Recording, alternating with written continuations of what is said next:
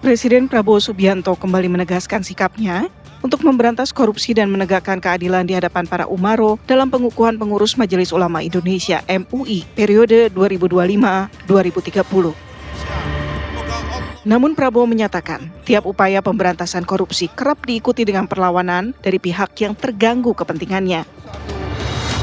Presiden juga menyinggung adanya kelompok yang ia sebut perampok dan garong sebagai pihak yang kerap menyerang balik. Sejak awal masa kepemimpinannya, tercatat kerugian negara sebesar 28,6 triliun rupiah dari berbagai kasus korupsi yang telah berhasil dikembalikan. Capaian ini dari penegakan hukum yang dilakukan di Kejaksaan Agung, Komisi Pemberantasan Korupsi dan Kepolisian Republik Indonesia. Selain itu, Presiden Prabowo juga mengajak seluruh elemen bangsa untuk bersatu memberantas korupsi, termasuk para alim ulama dan tokoh masyarakat. Namun, tak sedikit kepala daerah yang tertangkap tangan melakukan korupsi. Ada 7 kepala daerah yang diringkus lembaga rasuah karena tertangkap tangan melakukan tindak pidana korupsi. Tim TV One mengabarkan. Tiap kali kita mau berantas, tiap kali kita mau menegakkan hukuman, kita mau menegakkan keadilan, kita mau menegakkan hukum, tiap kali kelompok koruptor, kelompok perampok ini, kelompok garong-garong ini menyerang balik. Mereka selalu ingin bikin kerusuhan, selalu ingin adu domba di antara kita. Kenapa? Karena mereka tidak ingin ada pemerintah yang bersih di bumi Republik Indonesia ini.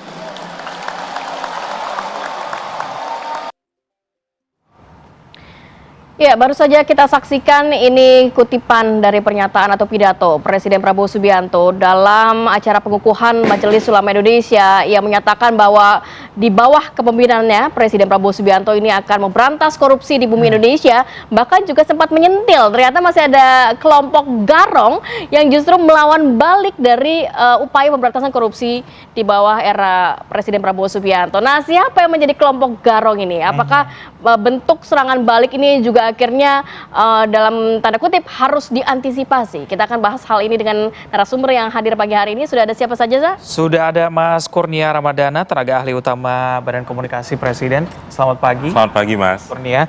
Hadir juga bersama kami M3 Andika, analis politik Universitas Bakri. Selamat pagi, Mas Reza, Mbak Rati. Selamat pagi, Bapak. Bergabung juga bersama kami melalui sambungan Zoom, Syahganda Nainggolan, Ketua Dewan Direktur Great Institute. Selamat pagi, Mas.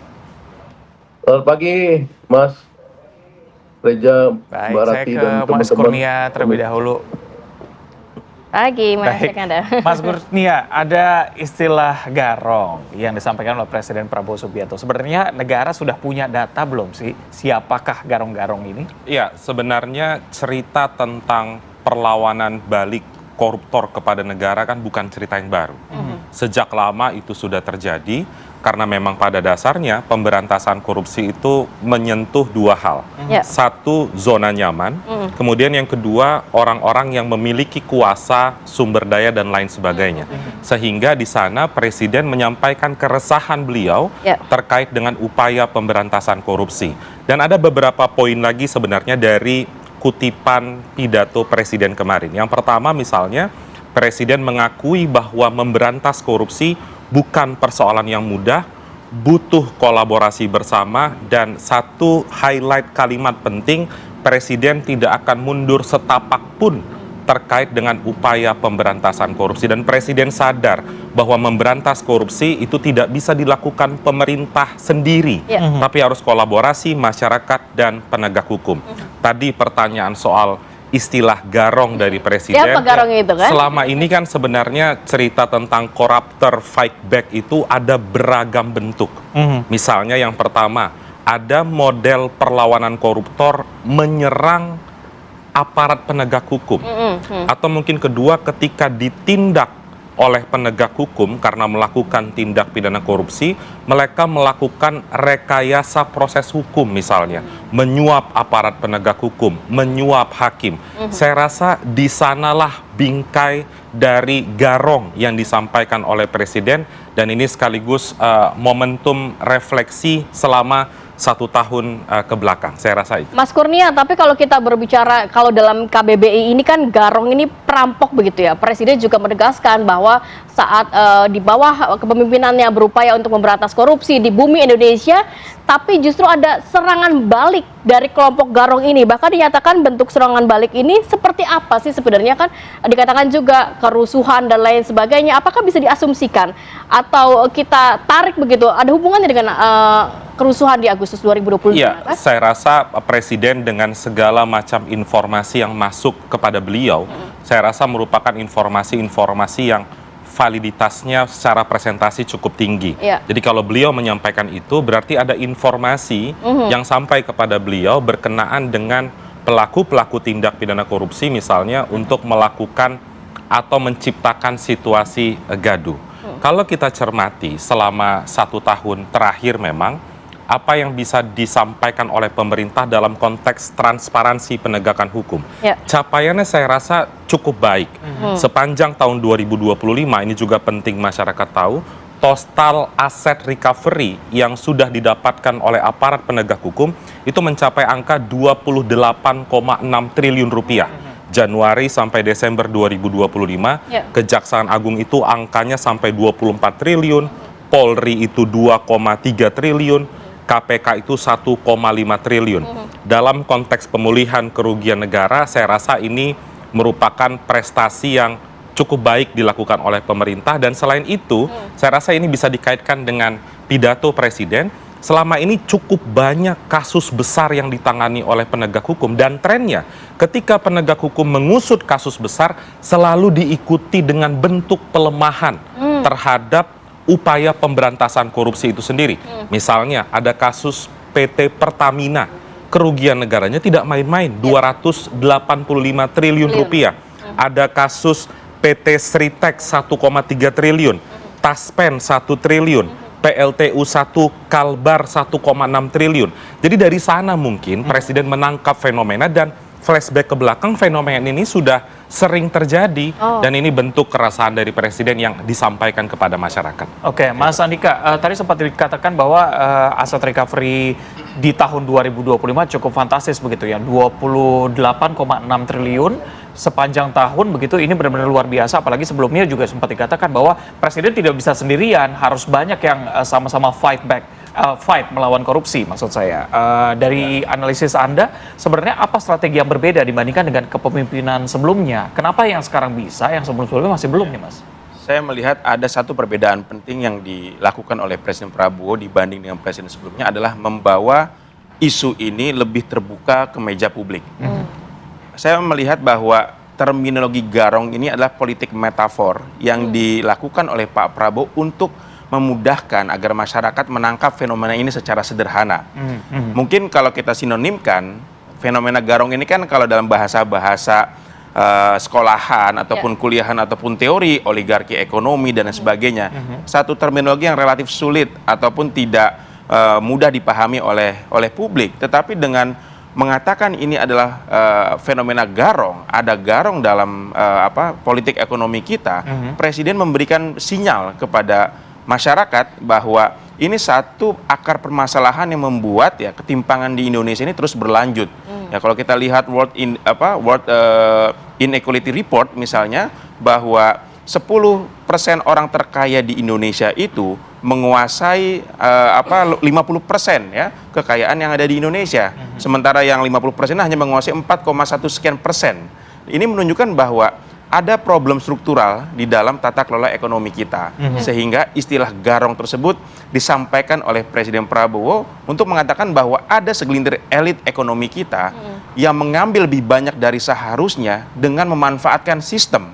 Nah, ini kan juga pernah disampaikan oleh Pak Prabowo dalam pidato-pidato sebelumnya, bahwa kelompok-kelompok ekonomi konglomerasi yang serakah ini itu juga bermain di dalam meja-meja birokrasi, menempatkan aparat-aparat di dalam kementerian untuk mendukung praktik-praktik mereka, gitu ya. Jadi saya pikir ini satu bentuk politik metafor yang disampaikan oleh Presiden untuk membawa publik lebih mudah memahami fenomena yang cukup kompleks ini. Nah, berarti dapat kita simpulkan sebenarnya Pak Presiden ini lagi menyentil aktor-aktor kuat begitu ya, yang selama ini ada mungkin sudah masuk ke dalam data-data di dalam ininya. Tapi sebenarnya bagaimana memaknai ini tidak hanya retorika saja, tidak hanya secara simbolik saja, tapi benar-benar Pak Presiden akan mengambil langkah konkret nih, jangan main-main nih. Saya pikir ini bukan disentil lagi Mbak, sudah dipukul ya. Karena kalau kita lihat dalam setahun ke belakang, saya amati bahwa misalnya kan praktik serakah nomics ini terjadi di dalam komoditas-komoditas strategi seperti beras premium, disebutnya beras premium padahal tidak premium. Kemudian juga importasi gula, kelapa sawit dan lain sebagainya. Dan itu sudah ditersangkakan semua tuh, ya, pelaku-pelaku yang terlibat dalam serakah nomicsnya tersebut gitu. Jadi saya melihat bahwa ini bukan sekedar retorika, tetapi sudah dilakukan oleh Presiden Prabowo di tahun lalu, tahun 2025, tinggal nanti di tahun 2026 dan selanjutnya, apakah Pak Prabowo ini akan semakin agresif gitu ya, karena menghadapi serangan balik dari para konglomerasi serakah nomics ini enggak sederhana. Dan berkali-kali dalam setiap kesempatan Pak Presiden menyatakan akan fokus terhadap korupsi. Betul. Ya belasan kali mungkin kalau kita karena ini kan satu sistem yang sudah cukup lama mengakar ya dalam politik dalam struktur politik ekonomi kita gitu ya, bukan 1-2 tahun terjadi tapi sudah puluhan tahun terjadi. Oke, saya ke Mas Syaganda. Tadi Mas Andika sempat mengatakan bahwa penggunaan istilah garong ini adalah untuk menyederhanakan supaya masyarakat lebih banyak yang mengerti begitu. Menurut Anda seberapa besar pengaruh dari diksi garong ini terhadap masyarakat? Ya, terima kasih Mas Reza. Saya pikir kan itu diksinya banyak ya.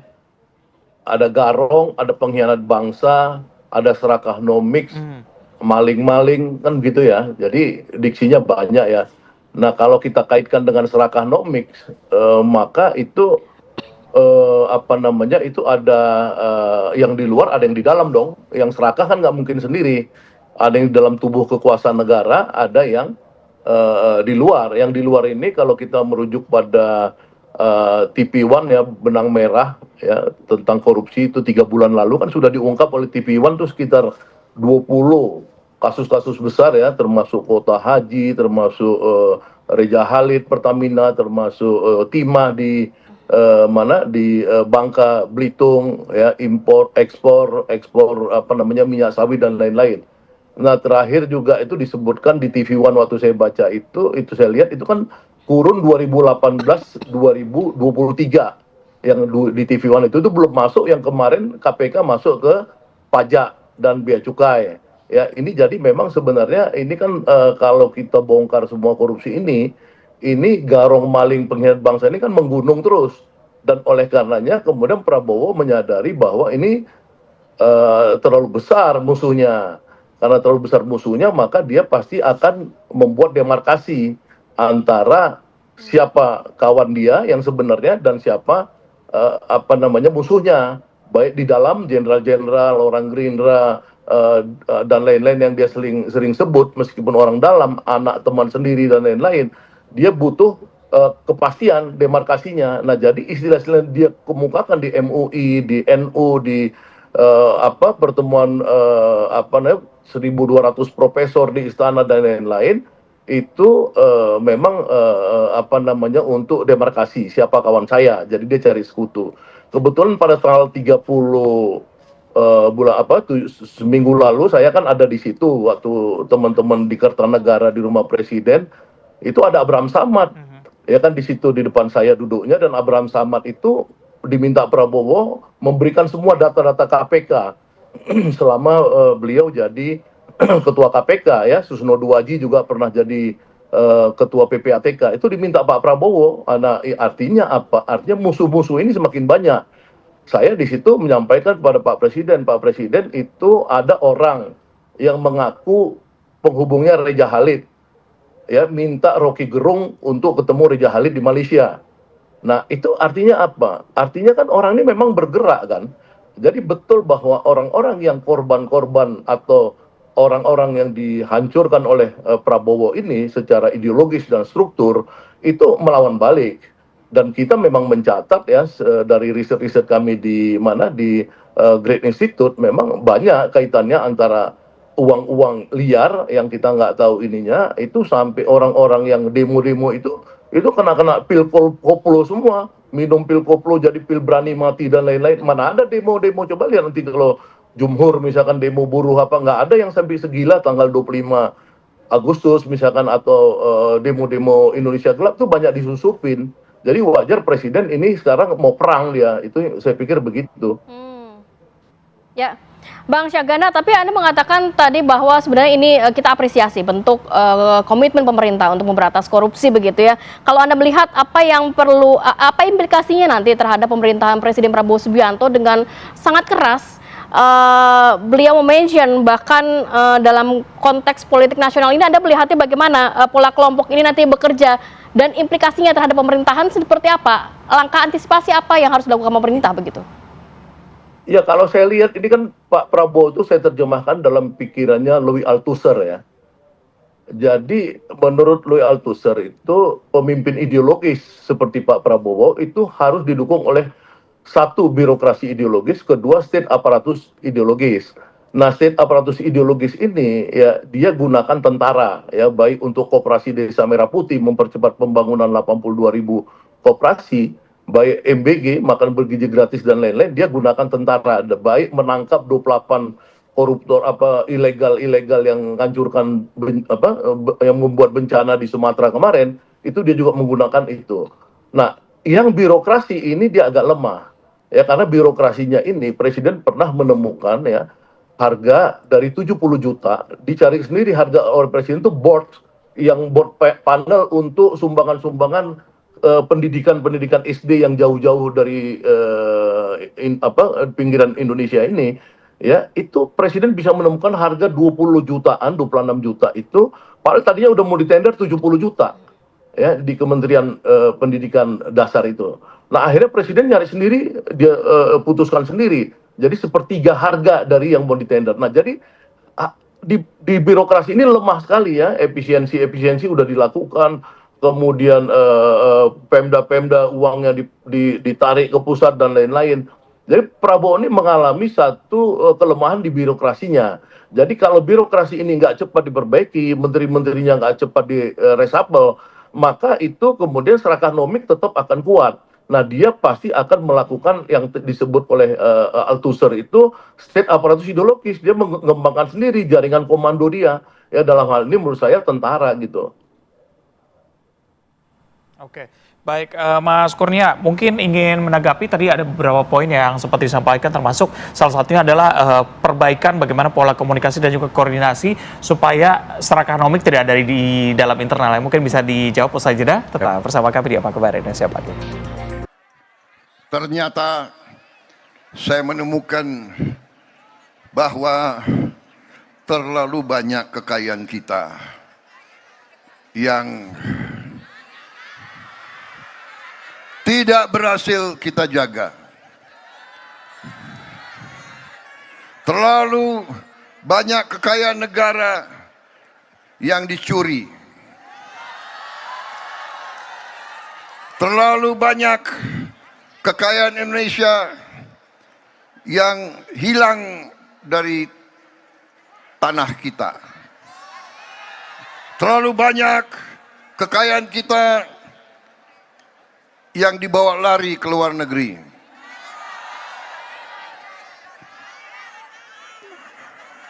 Kita jangan takut, jangan ragu-ragu untuk mengatakan yang benar itu benar dan yang salah itu salah.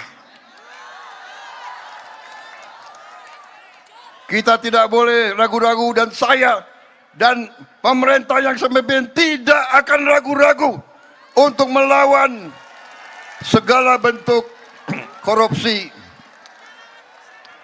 segala bentuk penipuan, segala bentuk manipulasi, segala bentuk penggarungan atas kekayaan rakyat Indonesia.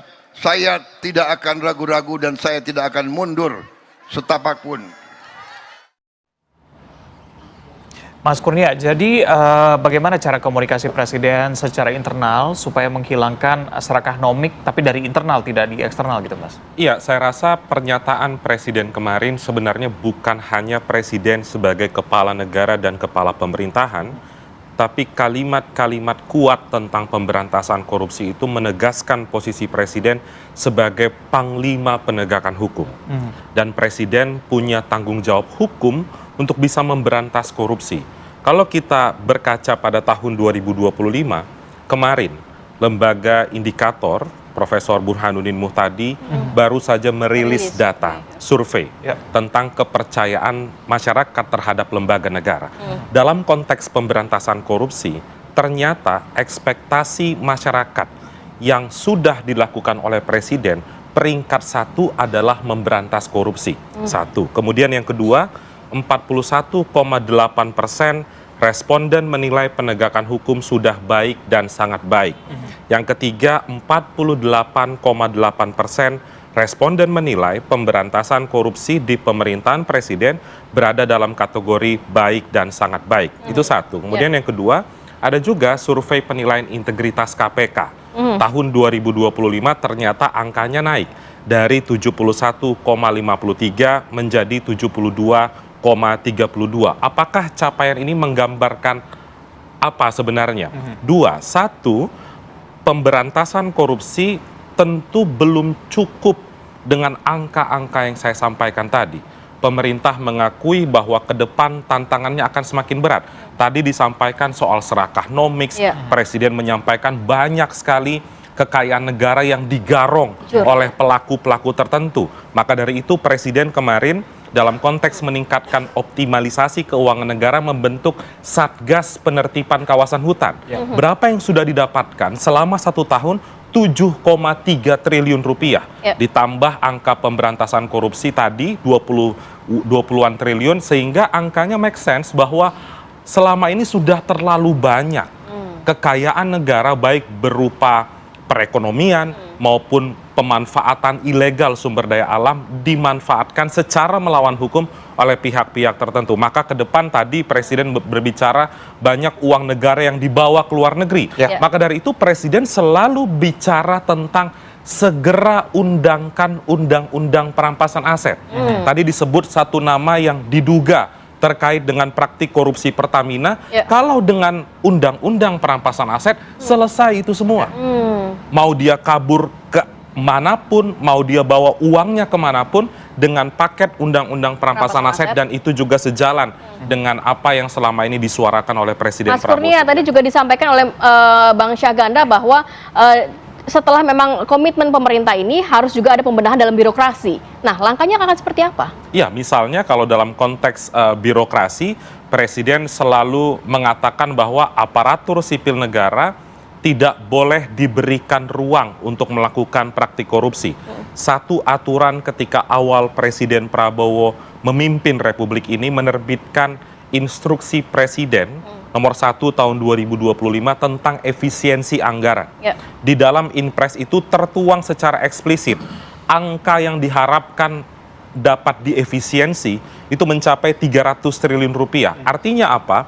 Itu adalah angka yang Presiden bayangkan banyak sebenarnya kegiatan-kegiatan birokrasi yang tidak begitu relate dengan program pemerintah dan harus diefisiensikan dan dapat dialihkan ke program-program yang mendukung pembangunan dan juga kesejahteraan masyarakat. Saya rasa di sana komitmen Presiden untuk memberantas korupsi di lingkup birokrasi. Oke, Mas Kurnia, yang cukup menarik juga pekan lalu Menteri Purbaya pada saat rapat dengan DPR kan juga menegaskan bahwa ketika pejabat pajak terkena OTT KPK, dia dengan tegas mengatakan bahwa saya tidak akan bertemu dengan Presiden, saya tetap mendampingi tapi dalam hal pendampingan hukum begitu. Apakah memang seluruh pembantu Presiden benar-benar sejalan dalam pemberantasan korupsi ini? Iya, saya rasa sejauh ini sejalan ya. Semua melakukan upaya pemberantasan korupsi, sekalipun ada barangkali kemarin mantan Menteri Wakil Ketenagakerjaan Noel Immanuel Ebenezer itu terjerat praktik korupsi, tapi Presiden justru mendukung upaya penegakan hukum tersebut. Jadi Presiden tidak pandang bulu, siapapun silahkan kalau memang ada bukti permulaan yang cukup. Itu satu hal. Kemudian poin kedua adalah ke depan ini penegakan hukum pemberantasan korupsi akan banyak menyasar misalnya kemarin sektor keuangan, ada bea cukai, pajak, bahkan beberapa hari lalu oknum pengadilan di Depok, hakim tertangkap tangan. Padahal Presiden sudah menerbitkan peraturan pemerintah yang menaikkan gaji hakim kurang lebih 280%. Ini adalah kenaikan terbesar sepanjang sejarah. Namun Presiden sadar apakah dengan menaikkan gaji ini korupsi peradilan langsung hilang? Tidak. Akan tetapi ini salah satu upaya dari Presiden karena beban kerja hakim itu sangat besar, menentukan keadilan maka juga harus disokong dengan tunjangan gaji yang sepadan dengan kerja-kerja mereka. Mas Andika, konsekuensi politik, mungkin tidak hanya konsekuensi politik, bisa konsekuensi bahkan di bidang perekonomian dan lain sebagainya. Apa yang bisa terjadi dengan cukup kerasnya Presiden melawan korupsi? Karena kan kita tahu mungkin garong-garong ini juga masuk ke dalam sektor-sektor yang cukup strategis di Indonesia. Jadi kalau kita lihat kan bahwa konglomerat serakah yang tidak nasionalis ini akan memberikan respon, baik itu respon serangan politik maupun respon serangan ekonomi. Serangan politik ya karena memang mereka sudah punya jejaring yang cukup mapan ya, karena praktik-praktik seperti ini sudah berlangsung lama dan tidak mungkin bisa diselesaikan oleh Pak Prabowo dalam konteks membersihkan birokrasi dalam hitungan hari, bulan atau bahkan tahun gitu ya. Jadi pasti akan ada serangan-serangan politik. Loyalitas birokrasi ini juga perlu diwaspadai oleh pemerintahan Pak Prabowo karena mereka bisa jadi memiliki double loyalitas, loyalitas ke presiden tetapi juga loyalitas kepada pengusaha-pengusaha yang telah menanamkannya di dalam struktur birokrasi kita. Dan ini kan praktik-praktik yang dilakukan oleh para konglomerasi tidak nasionalis ini untuk mengamankan kekayaan mereka melalui sistem ya, menanamkan orang-orang di dalam sistem negara kita. Dan secara ekonomi saya pikir juga ada potensi berupa serangan terhadap performance ekonomi pemerintah. Karena bagaimanapun para konglomerasi serakanomics yang tidak nasionalis ini memiliki kapital yang luar biasa besar yang tidak hanya berada dalam satu entitas perusahaan, bisa jadi tersebar di berbagai macam perusahaan. Dan salah satu rumus untuk mendukung pertumbuhan ekonomi adalah menggelontorkan capital ke dalam pasar itu. Nah, bisa jadi memang mereka ada upaya untuk menahan agar tidak terlalu suportif terhadap program-program pemerintah karena kekecewaan yang dialami oleh mereka terhadap penegakan hukum oleh pemerintah. Sehingga saya pikir bahwa proyek untuk bisa menegakkan hukum kita terhadap para garong-garong ini tidak hanya bisa dilakukan oleh presiden dan aparatur pemerintah, tapi juga butuh dukungan dari civil society dan publik untuk mengawasinya bersama-sama. Oke, Mas Andika, yang cukup menarik tadi Presiden juga menjelaskan bahwa sumber daya kita semuanya diambil, bukan semuanya, sumber daya kita diambil begitu. Banyak ini kerugian luar biasa bagi negara begitu. Menurut Anda, apakah Presiden juga sudah mengetahui garong-garong yang berada di titik-titik strategis ini? Iya, jadi kalau kita lihat dari kasus-kasus yang sudah dilakukan oleh aparat penegak hukum seperti kasus Pertamina mentersangkakan Riza Khalid, dan juga kita lihat di sektor beras kemarin beberapa pengusaha-pengusaha yang selama ini bermain cukup lama dan cukup serakah karena memanfaatkan subsidi dari pemerintah untuk beras, kemudian memanipulasi spesifikasi beras, ini juga sudah diamankan. 36 kalau tidak salah 36 orang ditersangkakan dalam kasus beras dan juga dalam importasi gula. Jadi kalau kita lihat polanya, biasanya para konglomerat yang serakanomics ini bermain di sektor-sektor strategis seperti beras, BBM atau minyak dan juga gula ataupun beberapa komoditas lainnya. Karena ini pengalinya besar sekali. Dan saya juga melihat bahwa ada satu pendekatan yang menurut saya berbeda dilakukan oleh Presiden Prabowo yang selama ini kalau kita lihat korupsi itu menyasar kepada aparatur negara, kepala daerah, pejabat pemerintah yang bisa dikatakan nominalnya barangkali tidak sebesar dari praktik korupsi yang dilakukan oleh para konglomerat serakanomics ini gitu. Dan meskipun juga sekarang tetap dilakukan ada OTT kepala daerah. Jadi ada satu kemajuan, progres dalam pemberantasan korupsi dalam pemerintahan ini dan itu bermodalkan keberanian politik yang dimiliki oleh Presiden Mas Andika, tadi mungkin Anda sudah memberikan informasi sedikit begitu garang-garang yang sudah mungkin dipetakan oleh pemerintah. Tapi ada nggak sih ini yang belum tersentuh hukum, Mas? Kalau dari sisi Anda sebenarnya? Ya, saya melihat pasti masih banyak pelaku-pelaku yang masih belum ditindak oleh pemerintah. Barangkali ada dimensi proses yang masih harus ditempuh, atau juga Presiden saya pikir juga perlu untuk melakukan political negotiation dengan para konglomerat serakanomics ini gitu ya. Karena dalam beberapa kesempatan di pidato Presiden juga disampaikan kalau tidak mau ada niat baik untuk ibaratnya membenahi perilakunya gitu ya, maka aparat penegak hukum tidak akan segan-segan untuk melakukan tindakan. Oke, saya ke Mas Syahganda. Mas Syahganda, ketika tadi kita sama-sama sepakat bahwa seluruh pihak harus memainkan perannya masing-masing begitu. Dalam survei terakhir, masyarakat juga merasa puas dalam pemberantasan korupsi yang dilakukan di pemerintahan Presiden Prabowo Subianto. Bagaimana peran masyarakat sebenarnya bagaimana masyarakat bisa mengambil peran dalam pemberantasan korupsi ini, Mas?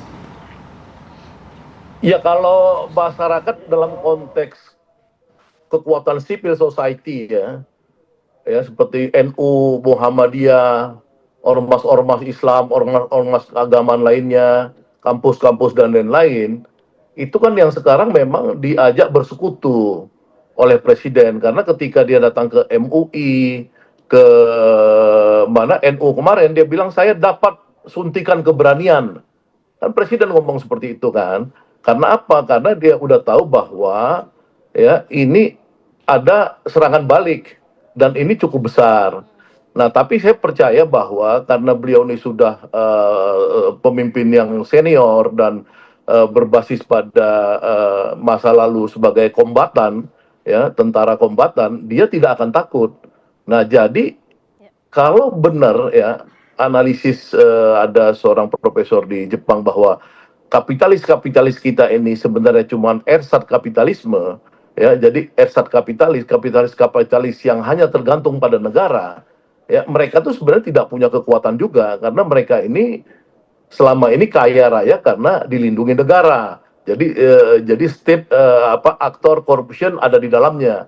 Nah, sekarang dengan Prabowo memutus state aktornya, mereka juga akan mati pada akhirnya. Nah, jadi kalau istilah Mas Andika tadi bahwa nanti ada political negotiation, itu maksudnya bukan berarti Prabowo akan bernegosiasi dengan cukong-cukong ini, tapi Prabowo pasti akan membuat mereka tunduk dan ikut pada aturan-aturan negara. Dan ini saya sudah melihat ya satu contoh bahwa ada orang Taipan yang paling ditakutin di era Jokowi dulu yang menguasai pantai utara Banten sana, itu ikut rapat di Bappenas. Jadi teman saya di Bappenas ya menceritakan kepada saya itu orang tuh datang dan ikut rapat. Artinya apa? Artinya selama ini dia cuma menjadikan kekuasaan negara itu boneka dia. Tapi sekarang di era Prabowo dia takut. Ya, dia ikut kemudian rapat. Jadi memang Prabowo itu satu. Yang kedua saya lihat teladan. Jadi teladan sebagai teladan karena Prabowo nggak mencuri ya seperti rejim-rejim lalu yang presidennya ikut menikmati hasil-hasil serakanomik. Kalau Prabowo nggak mencuri itu menteri-menterinya banyak yang saya lihat udah berubah. Ya, menteri-menterinya yang tadinya itu juga serakanomik, saya lihat, ya saya nggak mau sebut nama, tapi saya lihat ada banyak perubahan-perubahan, dan waktu saya ketemu Presiden 2 kali selama bulan Januari, Presiden mengatakan, nih orang udah berubah nih, dulunya begini, sekarang udah paling ini. Misalkan dia bangga sama Nusron Wahid, nih Nusron Wahid nih, hebat sekarang. Dia tidak mau ada, ngasih-ngasih HGU lagi sekarang, dia tahan semua. Jadi ada sebuah pola keteladanan dari Presiden, karena menurut saya memang kalau Presidennya nggak teladan, ya bawahnya juga ikut maling gitu. Nah, ini Presiden kita jadi teladan. Nah, yang ketiga yang sebenarnya yang ini mungkin akan sangat besar karena kemarin itu Abraham Samad itu menceritakan tentang waktu pertemuan yang di Kertanegara yang saya ada di sana, itu menceritakan tentang yang disebut elite enrichment. Jadi dia mengatakan kelonjakan-lonjakan uang-uang yang dilacak oleh KPK di masa Abraham Samad dari pejabat-pejabat kita itu udah triliun-triliun, ya sampai Presiden stres, loh saya bisnismen aja saya nggak pernah punya uang segitu, dia bilang. Nah, ini juga satu problem baru di mana nanti orang-orang itu mungkin juga akan dikejar oleh Presiden, pejabat-pejabat yang diceritakan oleh Susno Duwaji dan Abraham Samad. Jadi ini memang ke depan ini perangnya akan besar, tapi saya yakin Bapak Presiden dengan sekutu dengan NU, Muhammadiyah, tokoh-tokoh masyarakat lainnya, insya Allah dia akan memenangkan pertarungan melawan oligarki dan penjahat-penjahat ekonomi ini.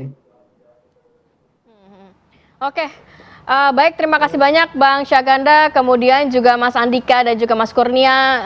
Ya kita berharap besar dalam pemerintahan Presiden Prabowo Subianto benar-benar terus berkomitmen kuat untuk memberantas korupsi yang nantinya ujung-ujungnya akan implikasi kepada kesejahteraan masyarakat, perekonomian Indonesia yang terus tumbuh begitu ya. Terima kasih banyak Bapak-Bapak sudah hadir pagi hari ini. Sehat selalu. Assalamualaikum.